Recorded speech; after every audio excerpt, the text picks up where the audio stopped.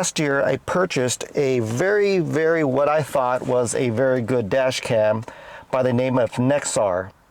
I tried it out for a whole entire year, and it sent me on a journey on figuring out what a good dash cam is supposed to have.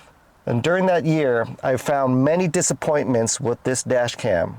And some of the things I'm going to share with you, I am positive you guys will feel the same concerns that I had. A lot of people will keep their current dash cams and just live with those issues, but not me. I'm the type of person that always fears that it's only good until you get into an actual accident, and then you find out all the issues should have been addressed prior to picking a dash cam of your choice. Number one, Nexar Beam. Again, a very reputable name brand in the dash cam industry. It only has a forward-facing camera. There are no rear-facing cameras on the Nexar Beam. You guys probably think the obvious. We're going to need a rear camera to look at license plates in the back of us, or to see the vehicle that sideswipes us and then takes off. But there's also another issue. I don't know if you guys have been watching the internet, but there's lots and lots of people throwing themselves at your vehicle or pretending to stand in the way of your vehicle when you're reversing, and you hit them, and to ka-ching, they are collecting on your insurance. Number two, this dash cam, and I'm pretty sure a lot of these brand new dash cams coming out nowadays do not have a screen on them. They are all part of the cloud now. All of them have data sent to the cloud. The problem with this is I want to see what is being recorded. I actually want to see what's being recorded. I want to see a light that's telling me that it's being recorded. I want to see the angle that it's being recorded. I want to see the different views that it's being recorded. Am I using 2-3 different channels? I want to see them all. I want to see them in front of me.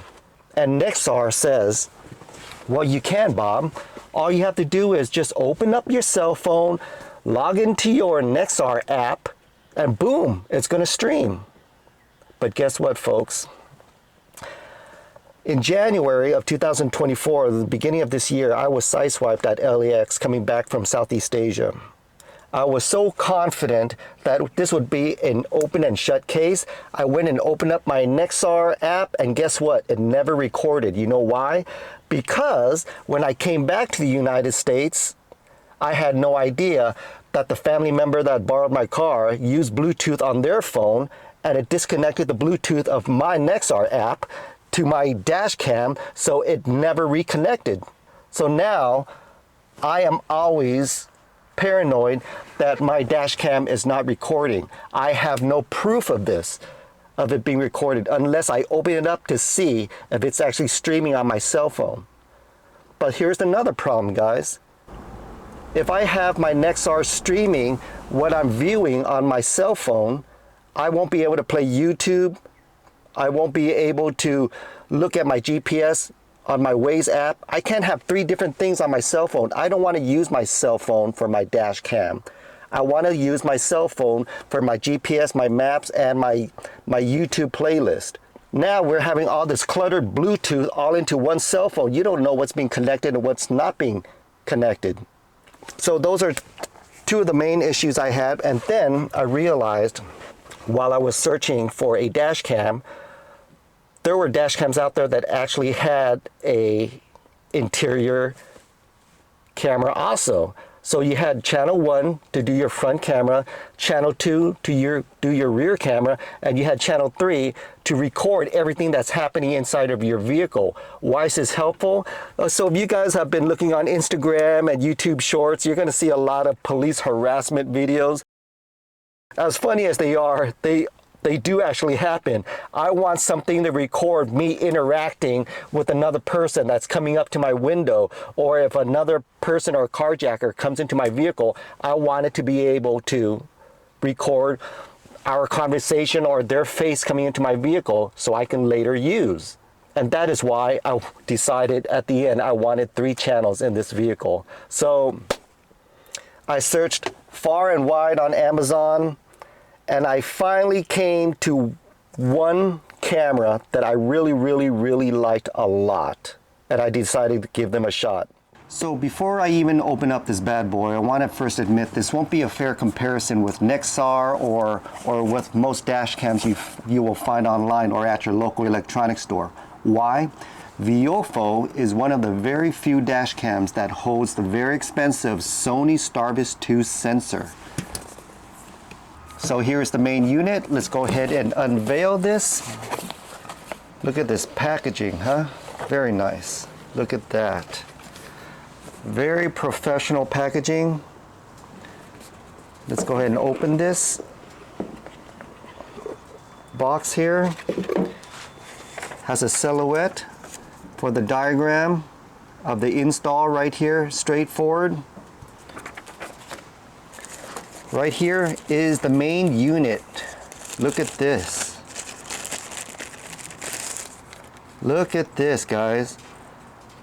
So right off the bat, I can tell you I won't have to deal with crappy suction cups that fail in hot weather. This main unit is secured using double-sided 3M tape onto your windshield. Look at this.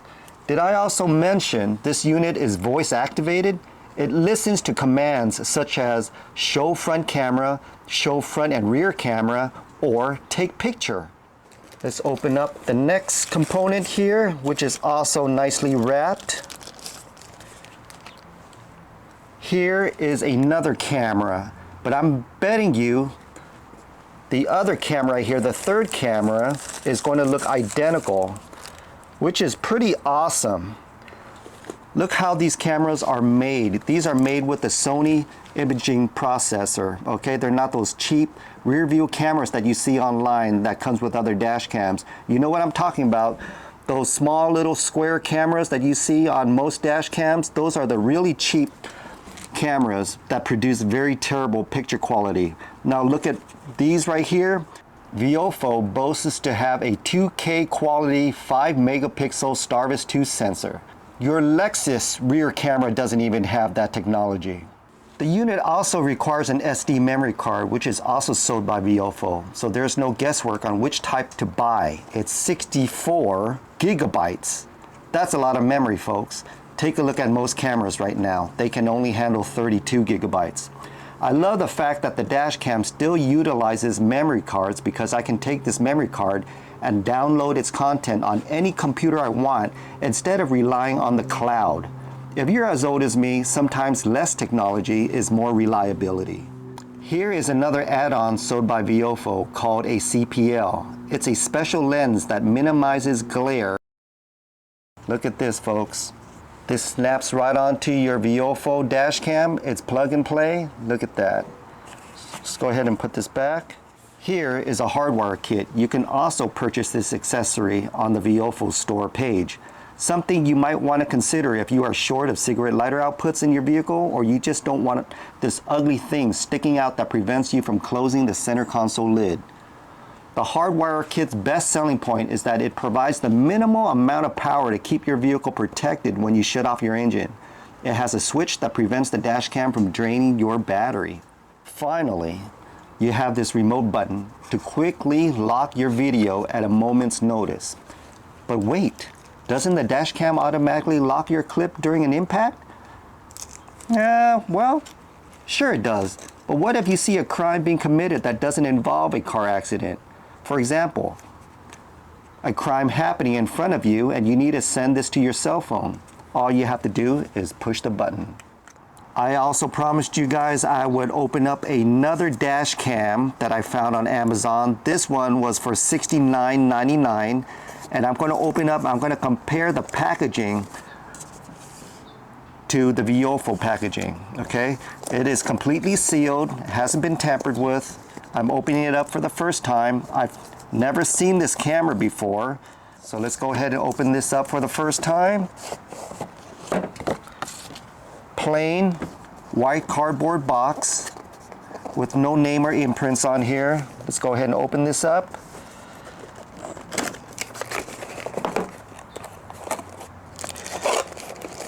Here is the camera itself. Very, very, very lightweight. It feels almost like a plastic toy. This is also a 3-way for $69.99, and it is super lightweight and it is very flimsy. Take a look at the box right here.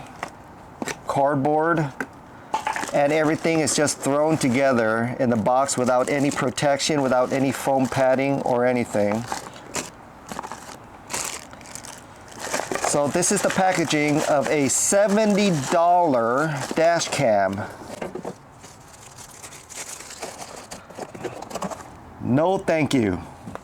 Okay, the first thing we always want to do before we start tearing our vehicle apart is we want to test the unit to make sure everything in the box, including the interior cameras, the rear cameras, the main camera, is supposed to do what it's supposed to do. I want to be able to see all 3 views on the main camera. I want to make sure there's no dead ends in any of the wires. I want to make sure that everything is functional before I take everything apart. Okay, so let's go ahead and take our main unit.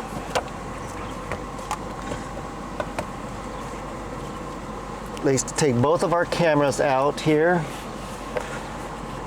Let's go inside our box of goodies, take out their wires and hook it up. I'm going to go ahead and hook this directly to the cigarette lighter plug just to test the power for now, even though I'm going to hardwire it later. Okay, so right here, I'm going to hook it to my cigarette lighter, and the main unit's power input is at the top. Okay, so I'm going to go ahead and hook that up, plug it in. Here is my rear camera. The rear camera is to the left of the unit. Let's hook that up. I'm already seeing it powering on, so that's a good sign. My rear camera is the one without the IR lights on there. Ooh, I can already hear the voice activation on here. Did you guys hear that? I'm gonna hook up my rear camera, the one that doesn't have the extra LED lights on here. The reason why I'm going to use the one with these infrared lights on here, I'm going to use it for my interior, because my interior is going to be a lot darker than the exterior of my vehicle. The exterior of my vehicle is going to have, you know, street lights on, other car vehicle lights on, so there's going to be a lot more light outside of your vehicle than it is on the interior vehicle. This is going to be my interior light. The interior side is going to be on the right-hand side of your main unit. Let's plug that in. Let's plug this in. There you go. And here is our main unit. You're not going to see any color from our main unit because I have the camera facing towards the center console, so that's why it's so dark. But if I were to lift it up there, I can start seeing things around there. Okay, so let's go ahead and set this down. So good news. Let me zoom it in for you guys. Good news. So I have 3 visuals right here. The bottom half of my screen is going to be my main unit camera. The top left is going to be my rear camera. I can see it already. And my interior camera is going to be the top right portion of my screen. So that is excellent news. Okay, so let's go ahead and check this out. I have all these lights on. My power light red pretty much tells me that it has power. And I got my record light here on solid, but it doesn't tell me it's recording. You know what tells me it's recording? At the top left, you're going to see a blinking red light. That is telling me that the footage right now is being recorded, okay? So if I don't want it recording anymore, all I have to do is just push record again. The blinking red light turns off. So that tells me I'm not recording anymore, okay? In order for you to go into menu mode, you're gonna have to stop the recording. Okay, so if I push power right here, it's gonna go into my menu settings. So let's go ahead and test some other functions here. Let's turn off the record by pushing record again.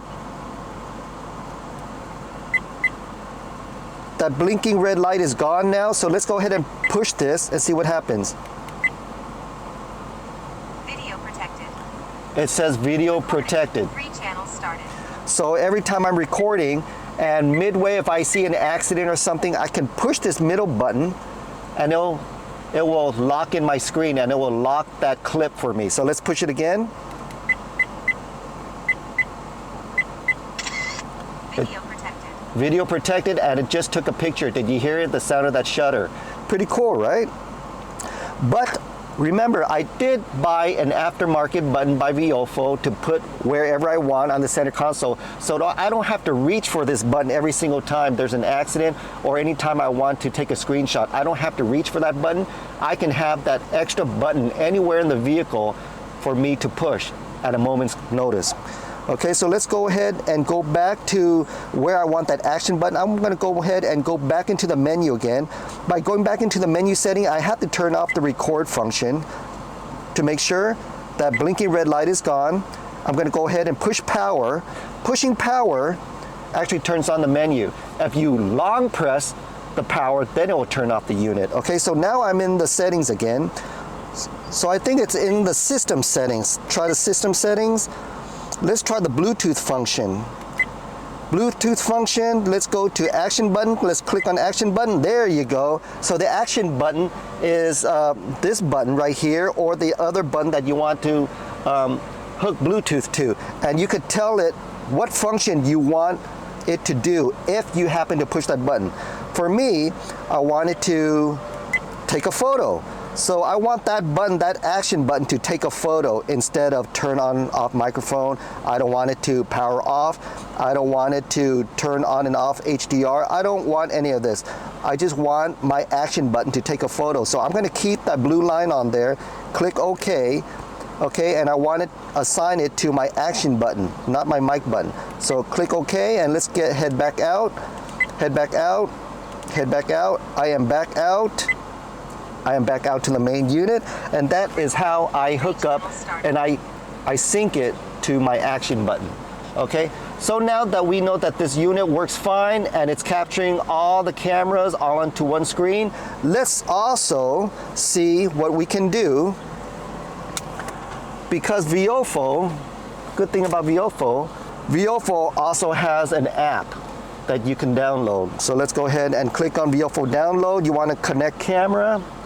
Down here, now it's searching for my camera. It tells me to power on the camera. Click next. It tells me to connect it to VIOFO WR1. So all I have to do is go to my Wi-Fi settings, click on Wi-Fi, and I want to connect it to VIOFO. That is the name. It's looking for it. Wi-Fi enabled. Okay guys, so the reason why my phone wasn't able to see it, because I didn't turn on my Wi-Fi. Now it came on, see that? So there is a Wi-Fi button on your VIOFO main unit. All you have to do is long press it about maybe 4 seconds, and it will tell you Wi-Fi enabled. Now my cell phone picks it up. I'm gonna click on VIOFO right here, click on it, and if it tells you to put in a password, VIOFO actually told me on their app what the password was, and that's the password you're going to use to install it into your cell phone. Okay, now that we are in our VIOFO app, okay, I am going to go ahead and get into the app right now, and look at here. Bam! There are my 3 views for my camera. Okay, I got to move it around a little. There you go. Okay, I can switch the views if I want to. There's bottom left right here. I can take it to the main screen. Instead of 3 different cameras, I can just set it to 1 view only if I wanted to, okay? And if you take a look at my main unit, you see how it mirrored my cell phone? The 3 different views of my cameras went to 1 view only, and I chose my main view, which is my main camera right here. I can switch it back if I want to. Right here, this button right here will take me to a different camera, will take me to, what is this? I think it's my rear camera or my interior camera. Here you go. It's gonna take me to my interior camera. See that? Pretty cool, huh? Okay, so let's go ahead and switch it back. Switch it back. Now I'm going to keep it on my 3 different views, because I prefer it that way. I want every single angle every time I drive. This button right here should take a screenshot, okay, your snapshot of whatever you're viewing right there. I'm sure you could go into your settings, but check this out right here. This is so plug and play, guys. It's so user friendly because if I click on this, guess what? I don't have to bother with a freaking cloud because everything is stored right here for me. So check this out. This is how easy it is. You don't need to know math, science, or anything. If I click on this, you see how it mirrored my cell phone? The 3 different views of my camera. I think that was a bad example because my camera was facing down. Let's give you something that actually has a picture on here. Here you go. And that is how I hook up and I sync it to my action button. Okay? So now that we know that this unit works fine. Did you see or hear how loud my voice was in the mic recording?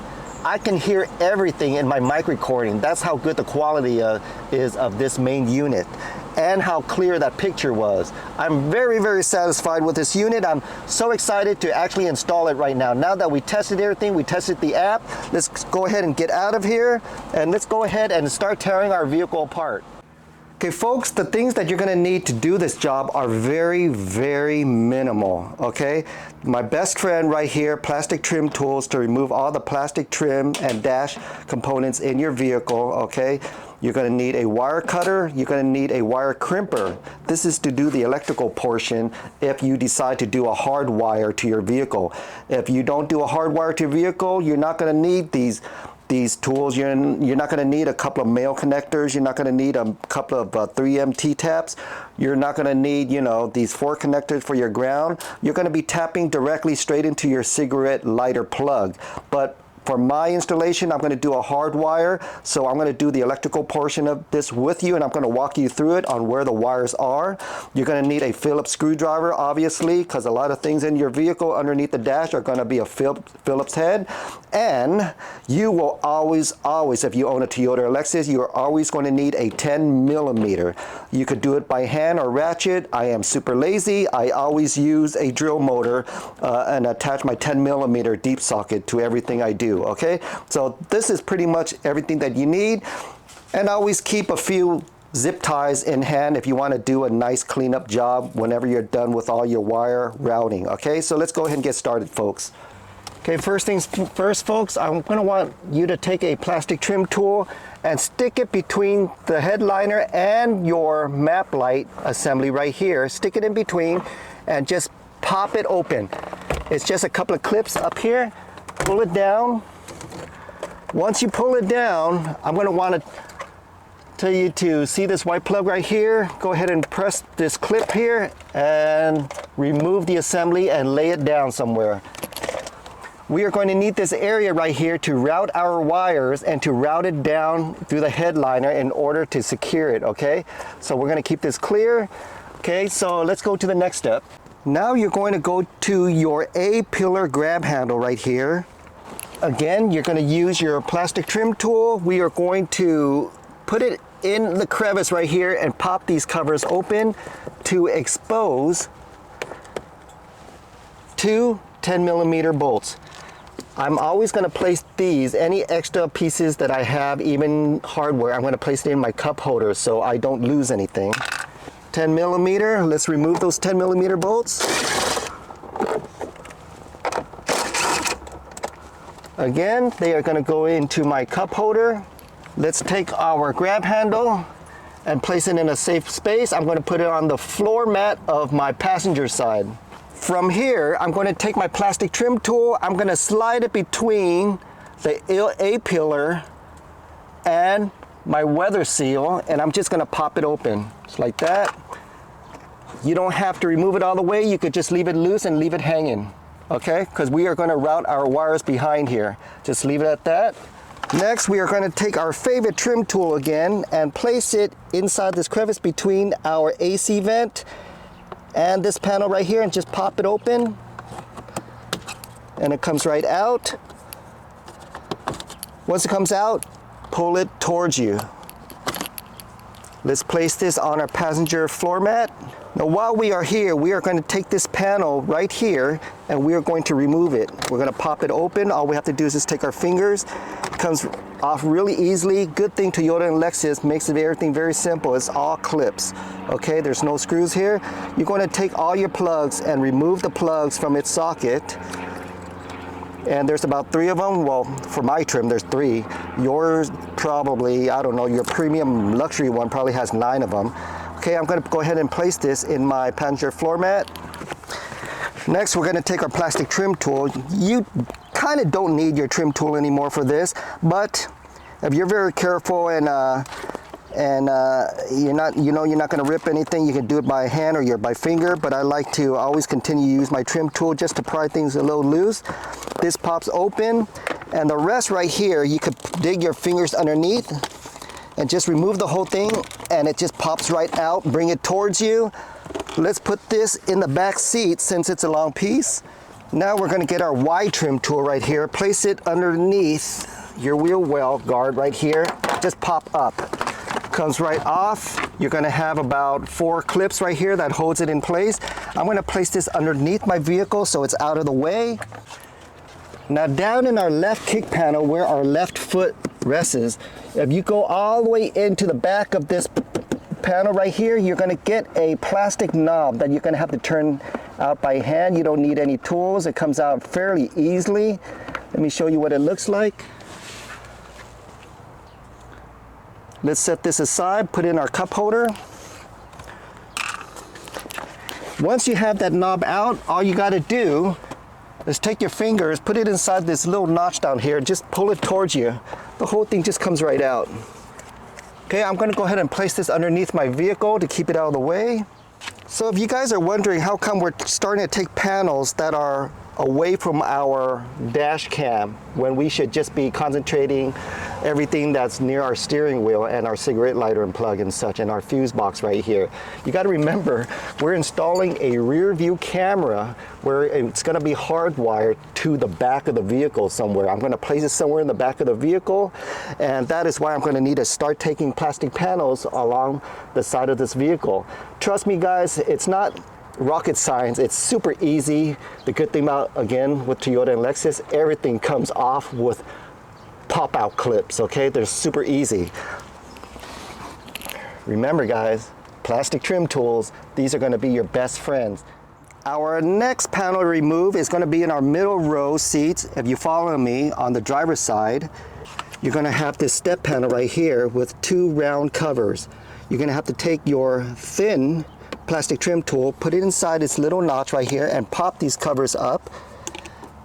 Back here also, you're going to have to pop this cover up, and inside there are 2 10mm bolts. You're not going to be able to use a drill motor. This is going to have to be done by hand with a socket ratchet. All I did was just get it loose. I'm going to do the rest by hand. It's so much easier because it comes out very loose. It comes out fairly easy. And when I know that it has completely come out of its thread, it's going to hold my 2 10mm. I'm going to keep it and set it aside. Next, I'm going to get my wide trim panel tool, stick it underneath here, my step, and I'm going to pop this open, and I'm also going to put this aside. Now we're going to go underneath our steering column below here, below our dash, and we're going to locate this black tray. In the middle of this black tray is a Phillips screw that you're going to need to remove.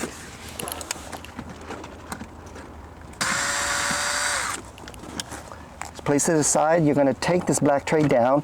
It has 2 clips and it pulls straight down. There's a plug that's attached to here. You're going to have to dislodge it. Set that aside and put this underneath your vehicle.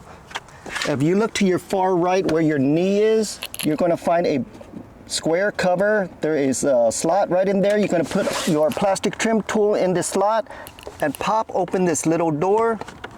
Behind here is a 10mm bolt that you're going to have to remove.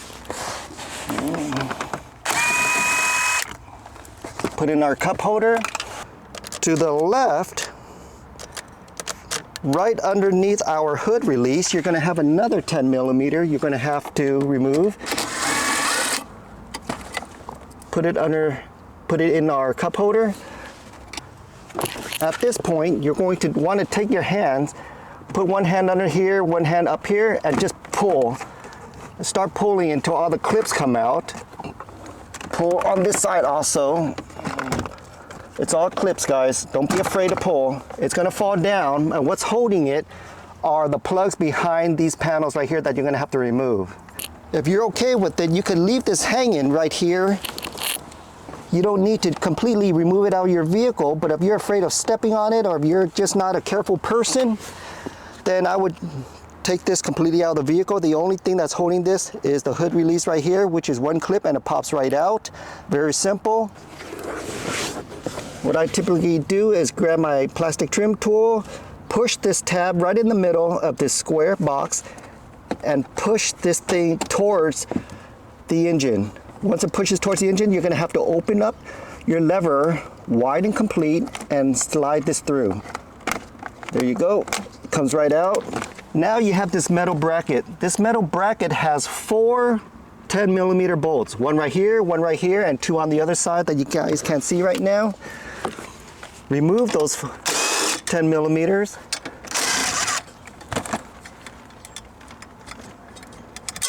Place it in your cup holder.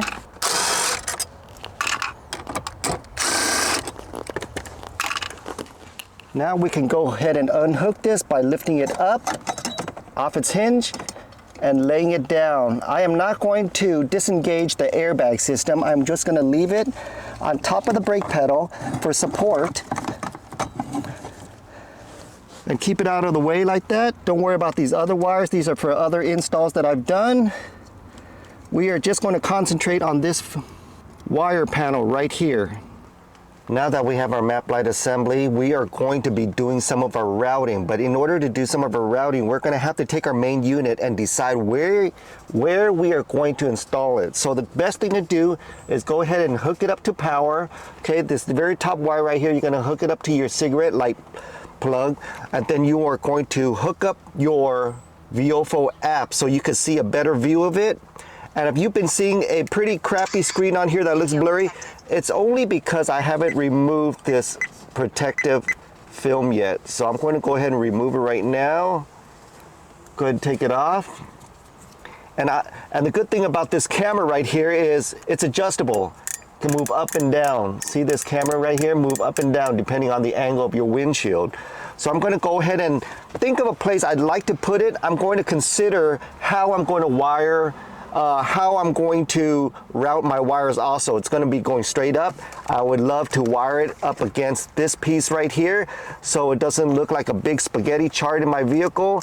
And most likely, I am going to stick it right here, right below and right dead center of where my mirror is. But I'm going to have to put it aside just a little bit so this plug right here doesn't hit that pillar that holds my mirror assembly, okay? So I'm going to be placing it right here.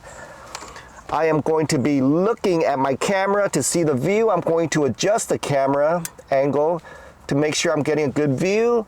And look at that. Look at the quality of that picture right there, folks. I am going to go ahead and hook up my interior camera also to my main unit, which is the plug to the right side of the main unit. I'm going to go ahead and take off the protective film right here just so I can get a better picture. Good resolution, and there you go. So my interior camera is only sharing a little small picture-in-picture view right here. I'm going to go ahead and switch it up right here to a different mode so I can see the interior view. There's my interior view right there, and I'm going to place this where I think I might want it to be, which is most likely right here, right above my mirror. I want to make sure that everything is out of the way. Make sure that your mirror is placed in the correct angle that you normally use it, because once you put this up and once you stick on this double-sided tape, and if this mirror is blocking it, guess what? You're going to have to remove it and replace it somewhere else, reposition it somewhere else. And the good thing about these interior cameras and these the rear camera, they are also adjustable. See, whenever you stick it onto something, you can change the angle of the camera. Isn't that pretty cool? Okay, look at this. Let's go ahead and stick it right there, and let's see the angle looking at my VIOFO app right here. Looks pretty good. Let me go ahead and switch it to the main screen for the interior view. Let's go ahead and check this out here. I want to get rid of the main unit. There it is. Okay, so at this angle right here, this piece right here is blocking my view just a little bit. So that's a good thing that I am actually testing this right now. Let's go ahead and redo it, and let's see how this works out. Look at that, not bad, huh? Not bad. Move it over here. Not bad at all, and this is where I'm most likely going to place it. Okay, so if you guys do decide to move this somewhere else, and let's say you want to switch this upside down and move it somewhere else where this plug is on the left-hand side, you're gonna notice your view is upside down. Then that's not a problem, guys. All you have to do is just go into your settings right here. Just go into your settings and just go down your settings right here, and you're going to see something called, let me see if I can find it, right here, interior image rotate. I can switch it back and forth, and I could just switch it and invert it any which way I want. I can also have it mirrored, so it does one of these things. It inverts your pictures just like that. I just go into the settings and just set anything I want right in here. So much easier than going onto this small screen and trying to do all your settings on here. And you know, when you have your up arrow, down arrow, which this doesn't have, it has a left and a right, and you have to remember that one is up and one is down, and you don't have to bother with any of that if you go straight to the VIOFO app and do all your settings from here. And here's one more thing that I forgot to tell you guys, that when you do install your micro SD card in here, when you do install it for the first time, and before you even use it, you're gonna have to format your micro SD card right here. And if you go into your settings on your VIOFO app, and which I recommend you do, it will have an option to format it right here. It'll tell you, are you sure you want to format this SD card? All data will be erased. I'm not going to click OK because I already did it, so I'm going to cancel.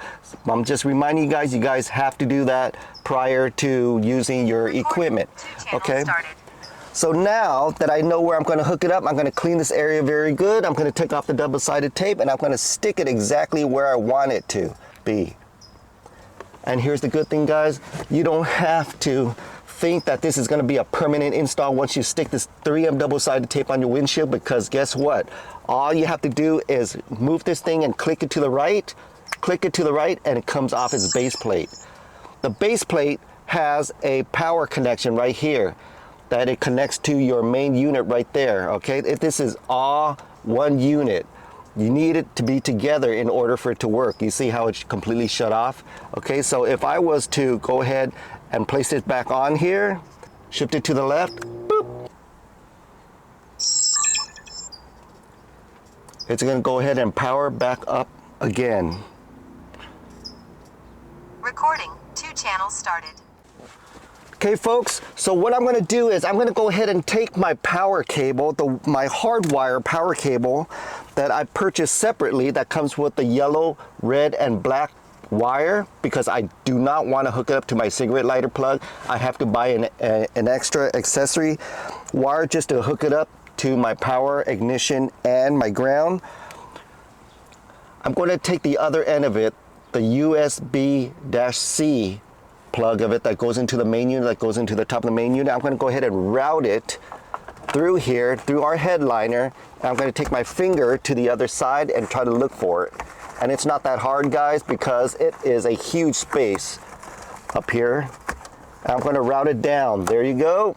I'm going to route this down. I know exactly where I'm going to put it, and it's going to be about right here underneath the mirror, so I already know how much slack I'm going to need, and it's perfect right there.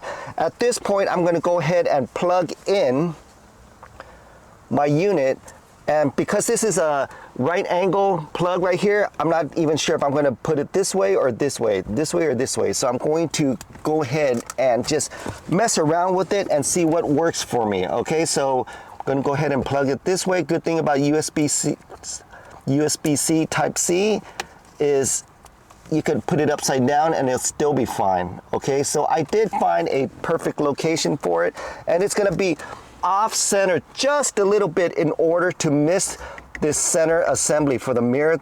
This little A pillar stand right here, this pillar right here, I am going to try to set it a little offset in order for it to work. Okay, so I am going to peel my 3M double-sided tape, and I am going to look at the view of my camera while I'm doing this just to make sure everything is centered, okay? I already plugged in my power cable. I'm only doing this only because I want to see the type of clearance I'm getting with this mirror assembly stand right here. I want it to be a little offset so I don't hit it. So that's why I'm plugging this in advance, my power cable, okay? Leave it in there. I'm going to take off my double-sided tape. I already cleaned off my windshield, guys. Make sure you guys get a good clean with some alcohol, good wipes. Once you stick this on, that's it. Here you go. Just peeled it off. I'm going to go ahead and stick it on right now.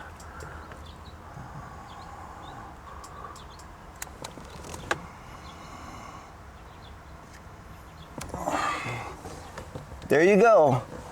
Put some good pressure on it. Now I'm going to take my cable right here and I am going to take a little bit of the slack out of it in order for this to be a clean installation. See that? You can't even tell that there's a cable running down here. Now I'm going to take this out of the way, put it out of the way here.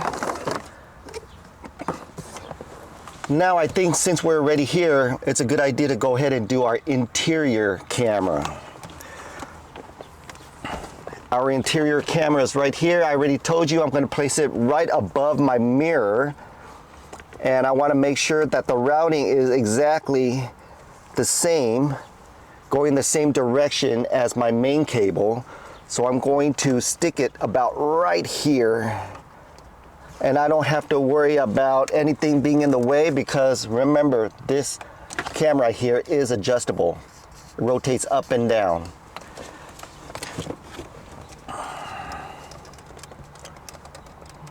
So I'm going to bend my mirror down in order to gain a lot of access up here. And I'm going to go ahead and stick this anywhere I want. Stick it right about here. There you go.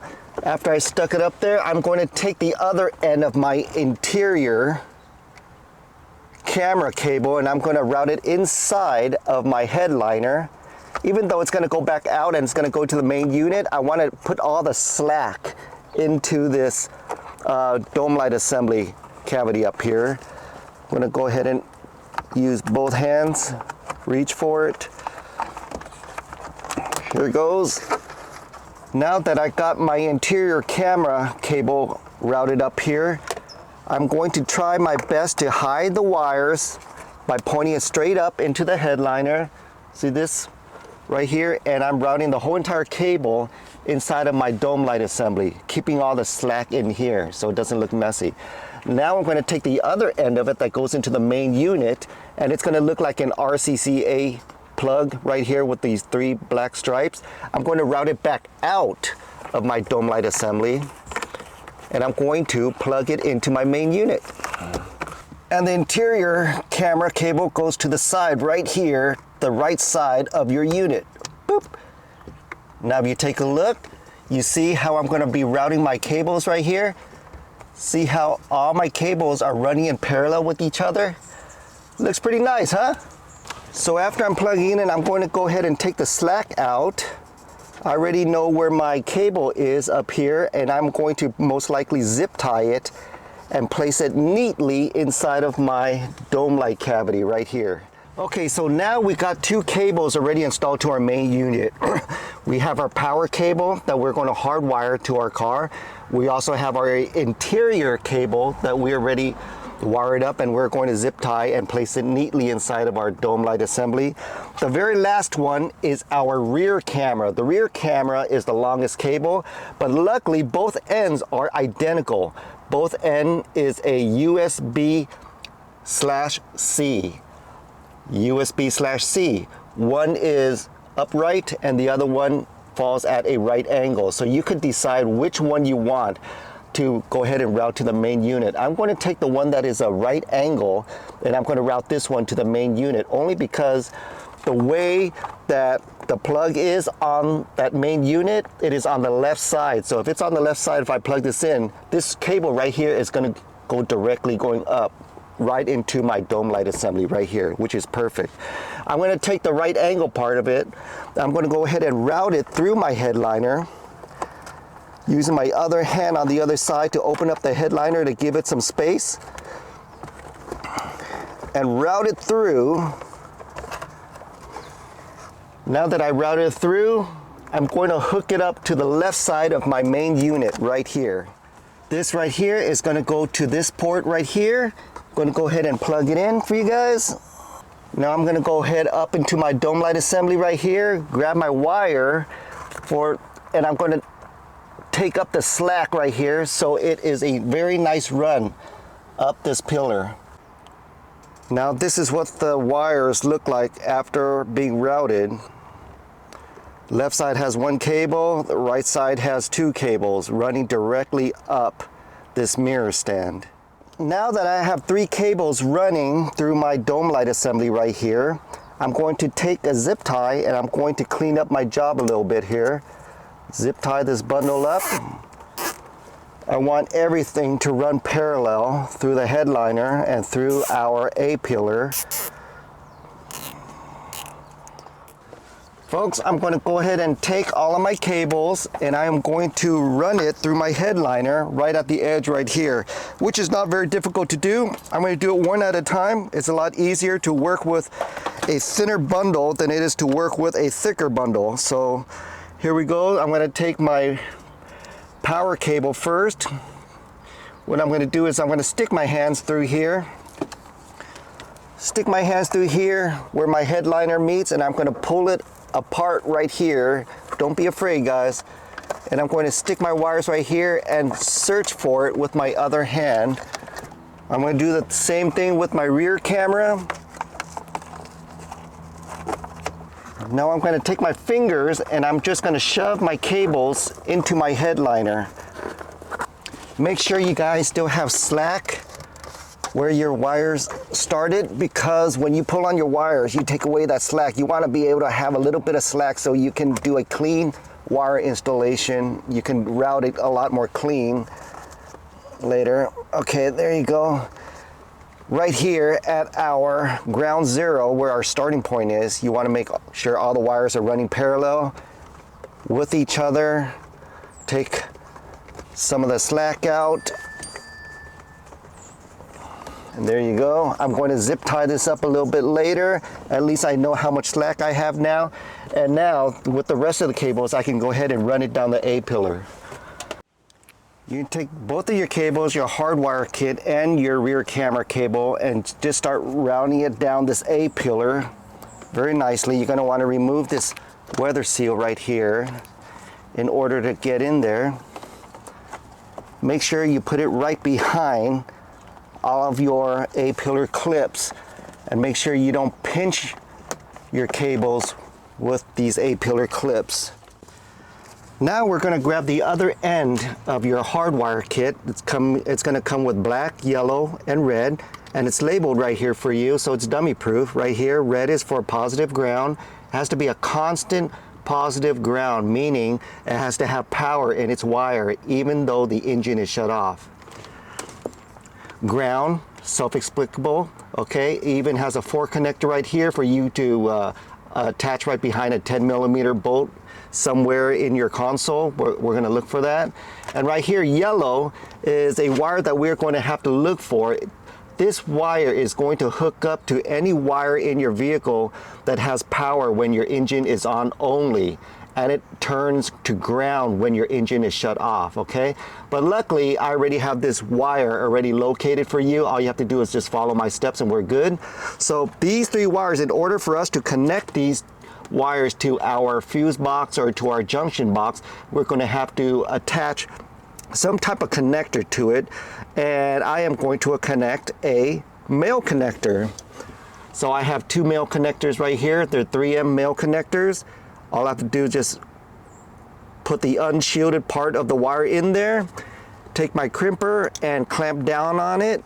It smashes an aluminum barrel in here for it to stay on. It doesn't become detached. Okay, we're going to do the same thing with our accessory wire here. Place it in here, place it inside the aluminum barrel in there. I am going to smash it down with my crimper. And now I have two male connectors.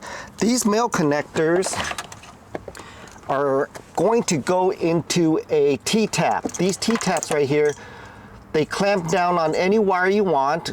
It clamps right down, and all you have to do is just clamp it down until it clicks into place and it locks into place. And then we take our male connector and we plug it right in there.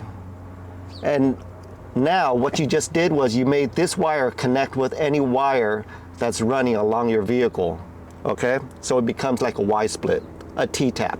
So let's go ahead and look for these wires in our junction box beneath our steering column. So folks, I found an available power source right here. If you look at your junction box, on the very top right corner, you're going to have a white plug. On the top right of that white plug, you're going to have a thick green wire coming out of it. Okay, I already placed a T-tap on there. This is going to be my constant power. So I'm going to go ahead and take my red wire of my hardwire kit. I'm going to plug it in there. And now my unit is connected to constant power. If you look down here, I found my accessory wire. If you need to look for it, here's your junction box. If you go to the left of your junction box, in the middle, there's going to be a black plug. Okay, this black plug is going to have a thick red wire with a blue stripe running down it. You're going to T-tap this. For me to T-tap, all I do is take my cutters. I do not cut all the way through. All I have to do is just weaken the shield around the wire and pull it out to expose the wire a little bit. And this helps my T-tap get good connectivity. There it is. I exposed some of the wires right there. I'm going to take my T-tap, get my pair of pliers right here and clamp down on it. A pair of jaws, there you go.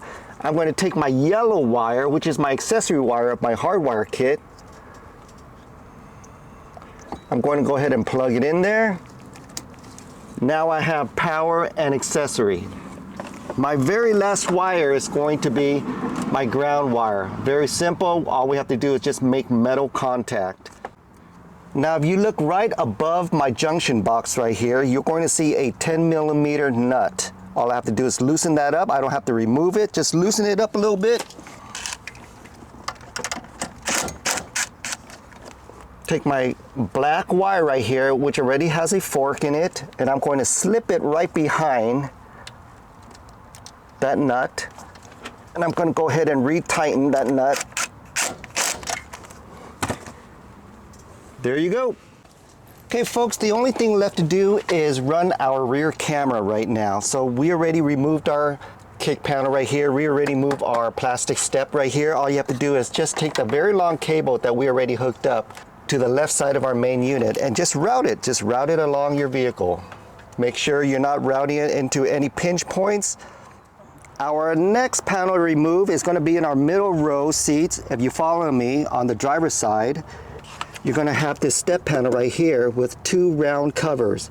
You're going to have to take your thin plastic trim tool, put it inside this little notch right here and pop these covers up. Back here also, you're going to have to pop this cover up. And inside there are two 10mm bolts. You're not going to be able to use a drill motor. This is going to have to be done by hand with a socket ratchet. All I did was just get it loose. I'm going to do the rest by hand. It's so much easier because it comes out very loose. It comes out fairly easy.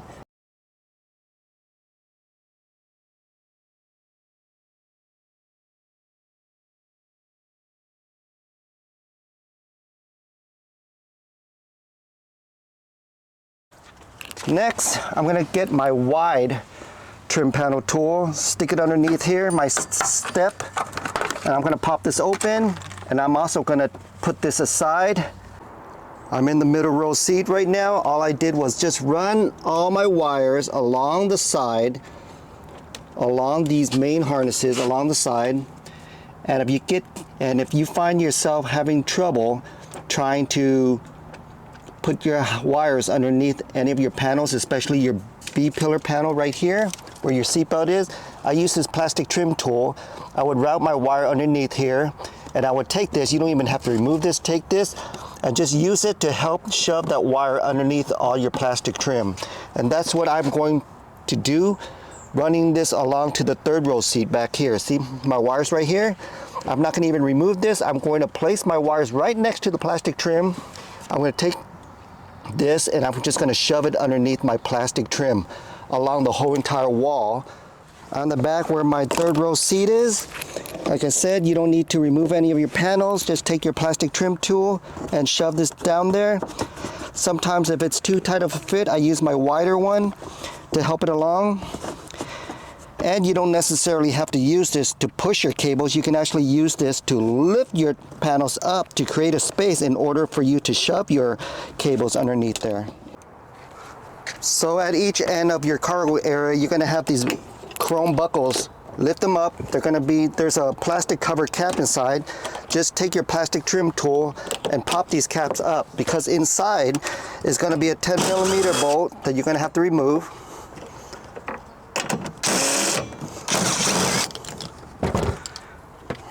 And they come out with it, just like this. Let's set that aside. And this whole cover should be able to pop right off. Rear left cargo area right here has this little carpeted pocket. All you have to do is pick it up and it pops right out. Remove this. From here, you're going to look down inside this cavity and you're going to see a rubber grommet. There's a black rubber grommet right there. You are going to route rear camera cable down this black rubber grommet. You don't have to remove the black rubber grommet. You could just take a razor blade and just cut a slit inside the rubber and just push your cable down in there. Luckily, I already have some wires already running to my rear from a previous installation. I'm just going to follow that hole right there and just route my cable down that hole. It wasn't that difficult to find my rear cable, my rear camera cable drooping down here. It fell right down onto the floor. My next step right now is to clean the area of where I'm going to place my rear camera. Very good with alcohol. Strongest stuff you got on the planet.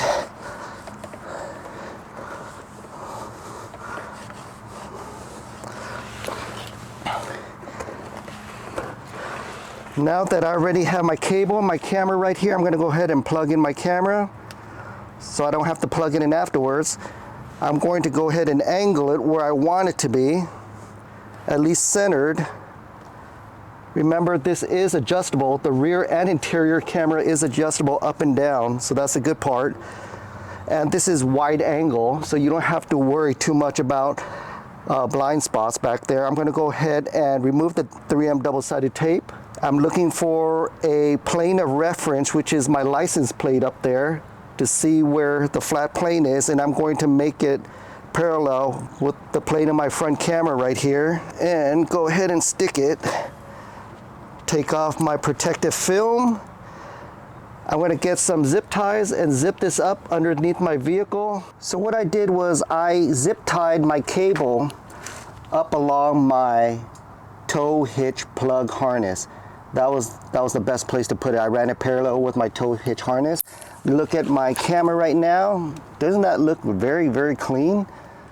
Okay, remember folks, I also picked up a CPL, a circular polarizing lens that we are going to fit over our current camera lens to reduce the glare that the sunlight produces. Bright sun, when bright headlights are shining towards our way, this is going to help out a lot. See this?